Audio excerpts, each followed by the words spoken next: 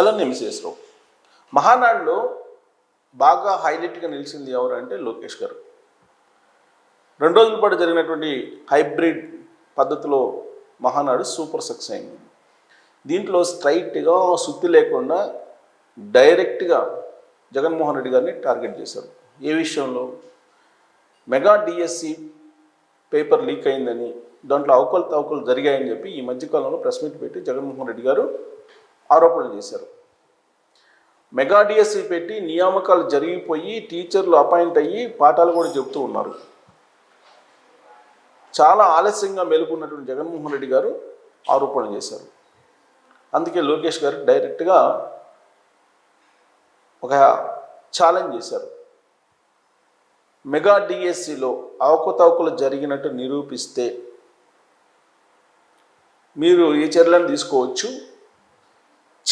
Open చర్చకి వస్తావా, open డిబేట్కి వస్తావా, ఎక్కడికి రమ్మంటే నేను అక్కడికి వస్తావు, ఓపెన్ డిబేట్కి వస్తావా అని చెప్పి ఛాలెంజ్ చేశాడు. జనరల్గా ఇంతకుముందు ఎప్పుడూ ఇలాంటి ఛాలెంజ్ చేయలేదు. కానీ ఈ సబ్జెక్ట్ మీద మెగా డిఎస్సిలో జరిగినటువంటి అవకతవకలు ఉన్నాయో వాటిని చర్చించడానికి రమ్మని చెప్పి జగన్మోహన్ రెడ్డి గారికి ఛాలెంజ్ చేశారు లోకేష్ గారు. ఇప్పుడు జగన్మోహన్ రెడ్డి గారు వస్తారా రారా?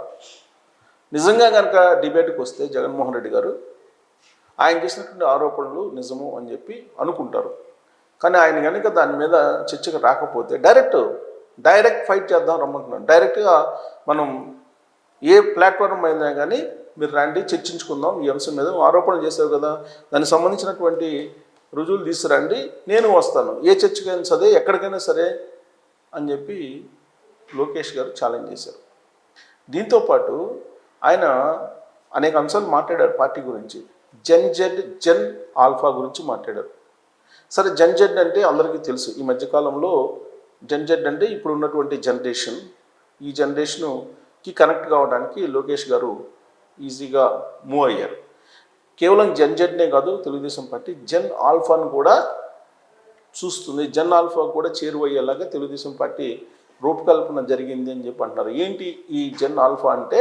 2010 నుంచి 2024 మధ్య పుట్టినటువంటి తరం. ఈ తరాన్ని జెన్ ఆల్ఫా అంటున్నారు. ఈ పేరు ఎవరు పెట్టారు? జెన్ ఆల్ఫా దేనికి అని అంటే సామాజిక పరిశోధకుడు మార్క్ మెక్ క్రిండిల్ పెట్టారు ఈ పేరు జెన్ ఆల్ఫా అని. ఎందుకు పెట్టారంటే 2010 నుంచి పుట్టినటువంటి వాళ్ళు కొద్ది పెద్ద అయ్యేటప్పటికి ఇప్పుడు వాళ్ళు పుట్టడమే డిజిటల్తో పుడుతున్నారు. ఐప్యాడ్, మొబైల్స్, స్మార్ట్ ఫోన్స్, అలాగే ఓటీటీ ప్లాట్ఫామ్స్, ఇవన్నీ వాడటం అనేది వీళ్ళ జనరేషన్ స్టార్టింగ్ నుంచి ఇప్పుడు స్టార్ట్ అవుతుంది. పిల్లలు పుట్టగానే ఇమీడియట్గా స్మార్ట్ ఫోన్లు ఉంటాయి చేతిలో. ఆర్టిఫిషియల్ ఇంటెలిజెన్స్, సోషల్ మీడియా ఇదే అంటే. అందుకే ఈ జనరేషన్ని జెన్ ఆల్ఫా అన్నారు. జనరల్గా లోకేష్ గారు జెన్ ఆల్ఫా అంటే చాలామంది ఏంటి జెన్ ఆల్ఫా అనుకున్నారు. జెన్ ఆల్ఫా అంటే అర్థం అది. ఇక ఈ తరం తర్వాత వచ్చేటువంటిది జెన్ బీటా. సరికొత్త జెడ్ అంటే తెలుసు, జెన్ ఆల్ఫా అంటే చెప్పాను నేను. ఇప్పుడు రాబోయేది జెన్ ఆల్ఫా తర్వాత వచ్చేది 21వ శతాబ్దంలో, అది జెన్ బీటాగా అంటూ ఉన్నారు. సో కాబట్టి తెలుగుదేశం పార్టీ జెన్ ఆల్ఫాకి సరిపోయినంతగా మహానాడులో ఫీడ్బ్యాక్ ఇవ్వడం జరిగింది అని చెప్పి లోకేష్ గారు అన్నారు. అలాగే జగన్మోహన్ రెడ్డి గారికి ఛాలెంజ్ చేశారు ఆయన చేసినటువంటి ఆరోపణలకి.